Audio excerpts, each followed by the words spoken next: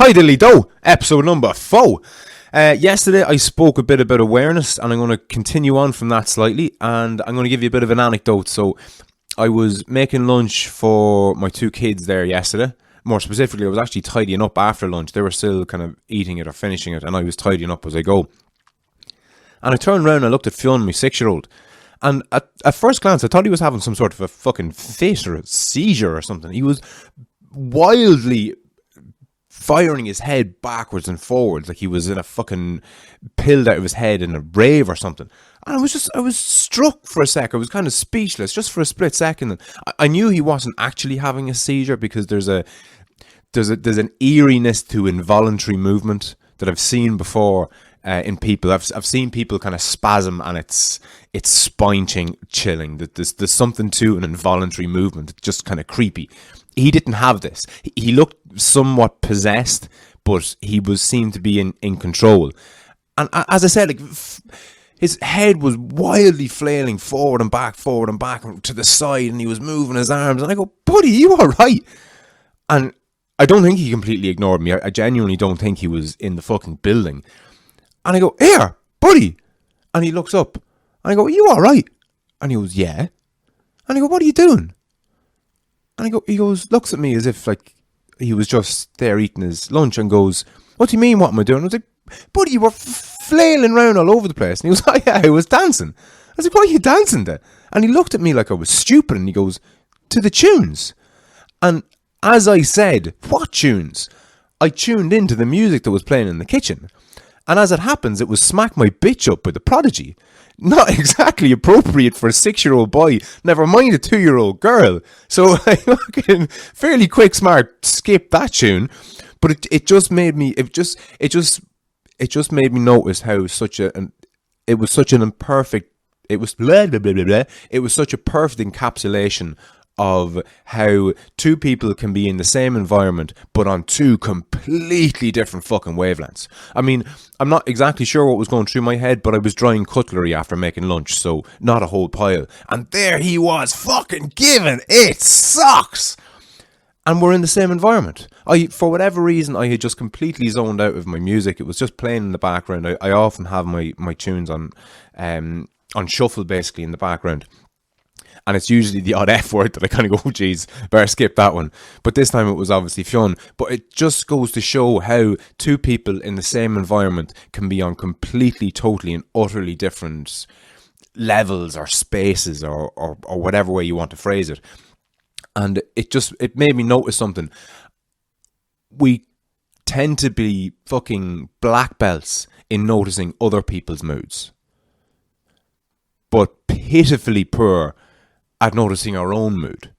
We lack we have awareness. We have awareness of others to beat the fucking band. We can spot someone a mile off and know if they're in good or bad form. But it's very hard to see yourself, if that makes sense. Like, you can look at yourself in a mirror, but when you look at yourself in a mirror, what's happening is you're looking at yourself in a mirror. You're not seeing yourself from a different perspective. That's why it's always useful if you see yourself on a video, say, and you don't know you're being recorded. That's a great way of actually looking at yourself. Because without that, without the knowledge of you being recorded, you're being yourself. As soon as you are in front of the mirror, for a start, you can only see yourself kind of head on. You can't see yourself from the side, obviously. But I digress. The reason that I'm bringing this up is just to hammer home that idea of being aware of your own mood.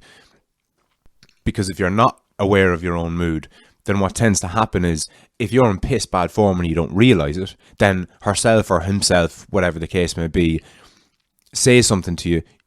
You just look at them as like, how could you say something like that to me? And what is in your head, what you're thinking is, how could you say that to me when I'm in this mood? But they don't fucking realise that you're in a mood. And them not realising that you're in a mood is more forgivable than you not realising you're in a mood. Because that's what awareness is. It's all well and good for the most part being aware of other people's moods when they're obviously, sad, jealous, envious, remorseful, empathetic, angry, intimidated, scared, furious, regretful, whatever of the fucking plethora of different emotions that are more easily noticed than others. You can forgive them for that. But what's harder to forgive is your own ignorance of your own mood. That's far more important. Because if everybody was aware of their own mood, maybe they'd stay clear of people that really bug them when they're in that type of a mood. But what happens is people don't even realize that they're in a mood, and then they put themselves into situations. And I say they. Whenever I say they, I mean me. And I've no reason to believe that I'm any different than fucking most people. Maybe a little different. I'm a little bit weird, but we all have our quirks. But I suppose the point that I'm labouring to get to here is, how are you supposed to have solid relationships with people if A, you can't be sure what's going on in their head, and B, you're completely unaware of what's going on in your own head? But look, more awareness on another day. Before I forget, I mentioned a bit about diet yesterday, and not really diet, but more fuel. I think dieting, if it was viewed as fueling, might help people a little bit better. So the analogy that I gave was, the analogy to the human body I'm going to use is a car. And the analogy that I gave was the two types of fuel that the car can use is diesel is one, petrol is another, and a mixture of the two is the third, call it. And in the human body, there's fat, there's sugar, and there's a bit of both. Now, there's two things that I didn't mention yesterday that are relative here, and that's fiber and protein. My understanding of fiber, because I Googled it before I did this, is that fiber is carbs that your body hasn't been able to process into sugar. So whatever is left over is what's called fiber. It's indigestible, and it aids in the digestion of other things and keeping you regular from a shitting point of view, for want of a better term. The other thing is protein. Now, I'm going to stretch the analogy with the car a little bit further. Think of the consumables in your car. So your tires, they're consumed through use. Your wiper blades, they're consumed through use. But imagine if the car could repair itself. Imagine you could buy a car that ran on either diesel or petrol or a mixture of both, and you never had to replace the windscreen wipers and you never had to replace the tires because they literally regenerated themselves. What you need in order for it to keep regenerating itself is protein. And that's basically what the human body does. When something gets worn down, muscle fiber, say, it gets worn down, it needs protein to build that back up. So now you've got a full degree in nutrition. You're welcome. But in keeping with the fueling analogy, there are mental fuels. There are certain people can be positive or negative mental fuels, and you can feel this. There are some people that are just a joy to be around, and there are some people that you need a 6-week holiday when you have to talk to them on the phone for 5 minutes because they're just painful. And I spoke yesterday about the idea of getting out of your own way, pulling your finger out of your arse, and going off and getting after it, whatever it is, whether it's losing weight or running faster or maybe working harder or studying more or being more productive, whatever it is that you want to do and you're trying to go out and get it. You need to fuel that, with your diet, but most people, when they say diet, they're talking about the food that you're eating, and that's all well and good, but there's a second type of fuel, and it's a mental fuel, and a lot of it's to do with your outlook. So whether you've a positive or a negative outlook on something, and COVID is it's just the best example I can think of. And I've spoken before on, I think it was in the previous solo season, about this idea of doing two moods of mine. So I would swing fairly wildly from one to the other in relation to COVID. So it depends on the day of the week that you ask me. I might tell you that COVID is just the fucking worst thing ever. And then, a week later or a day later or maybe after lunch, I could tell you it's the best thing ever.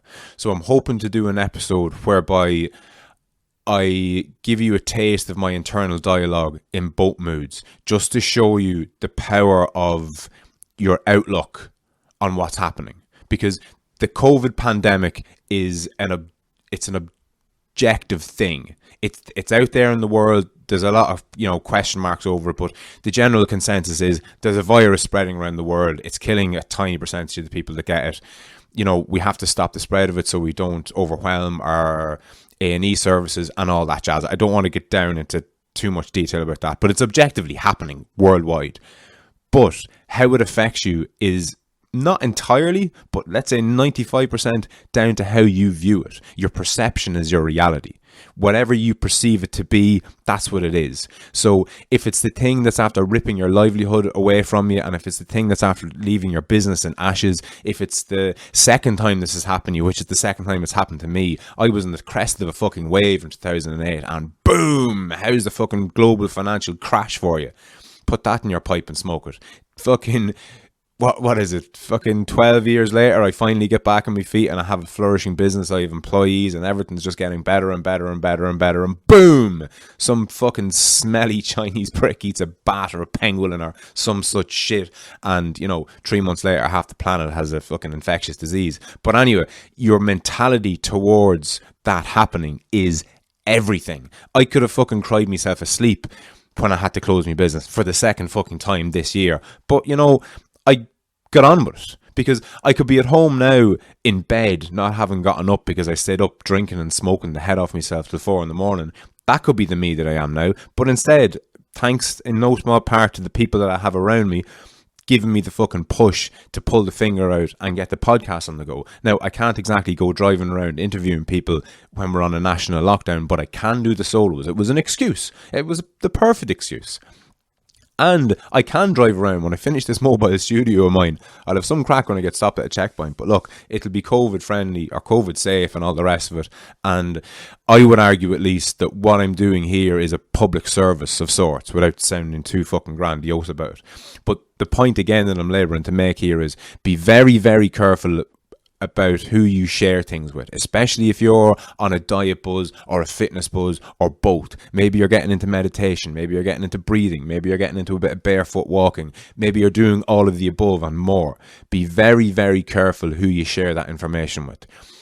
Recently, I've set up, as I mentioned in the last episode as well, what's called a dojo, which is basically just generally speaking, a large matted area that martial arts are performed on. So I have quite the dojo going at the minute. It's something that I've kind of always wanted in the back of my mind. It's funny, I didn't really know how much I wanted it till I fucking went and got it. And I've been building on it over the years, and it's gotten to a substantial size now. It's fucking 45 square meters or something. Most gyms don't have that kind of thing. But why I'm mentioning all this is I was very careful who I've sent pictures of it to, because more recently they're double-sided, they're blue on one side and red on the other side, which means that you can put kind of patterns and designs into the mat, and I've put OTL down the middle of the mat. Now it's kind of hard to see because I don't have a gap between the O and the T and the T to the L, so it's a bit kind of hard to make out, but I sent it to a couple of people, and the couple of people I sent it to all wrote back saying, that is fucking deadly, that is class, fair fucking play to you, can't wait to go down and have a roll or fucking train on it or whatever else. And that was brilliant. But I very, very specifically didn't send it to a couple of people because I know the reply I would have gotten back from them would have been something along the lines of, isn't it great that you can have so much when so many have so little? That'd be the mentality. Or either that or something along the lines of, oh, I wish I could have something like that, but I guess that's not on the cards for me. And you need maybe not to avoid these people entirely, but you certainly shouldn't be spreading your good news or sharing your good news with them.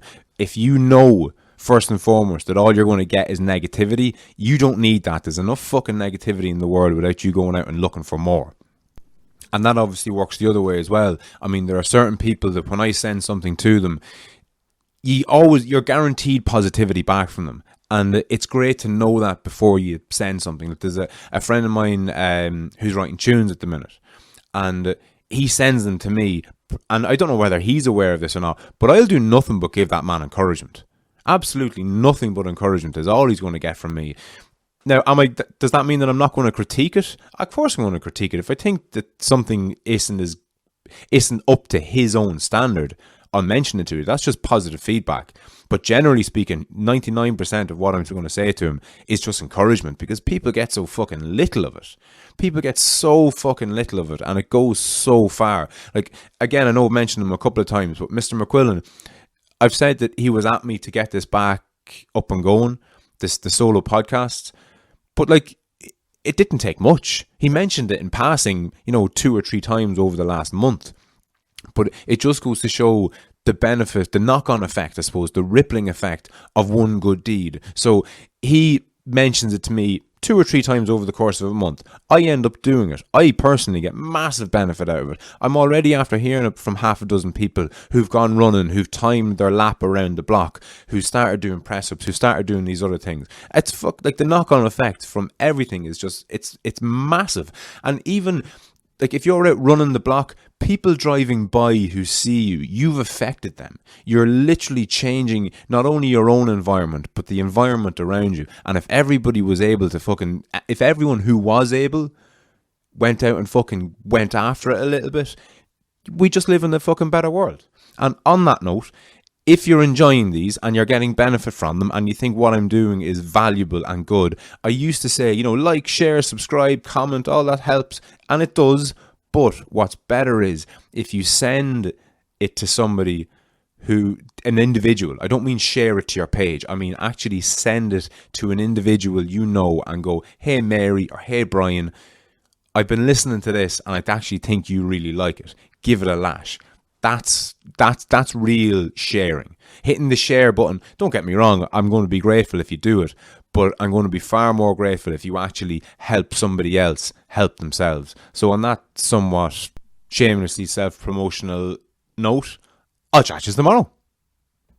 But before I let you go, I'd just like to remind everybody that this episode and all the episodes on YouTube have been brought to you by past guest and friend of the show, Pat McKeown. Pat is very similar to myself insofar as that he's long had an interest in the mind and more specifically the brain and how they both interact, to such an extent that he went and spent 4 years getting a degree in neuroscience and then spent a further year in getting a master's in psychology. Now what he's done is pretty fucking cool. He's after setting up his own YouTube channel. It's called Pat Psychology Masters and there's a link in the description. Now what he's done here is he's uploaded all the best bits that he's learned over the last 5 years and put them into short, plain English, easy to understand YouTube videos for the likes of myself. His YouTube channel has been a massive resource for me in understanding both my mind and the mind of others. So hit up Pat Psychology Masters YouTube channel, subscribe, give it a like and a comment and a share, all that kind of stuff helps, and I'll chat to you soon.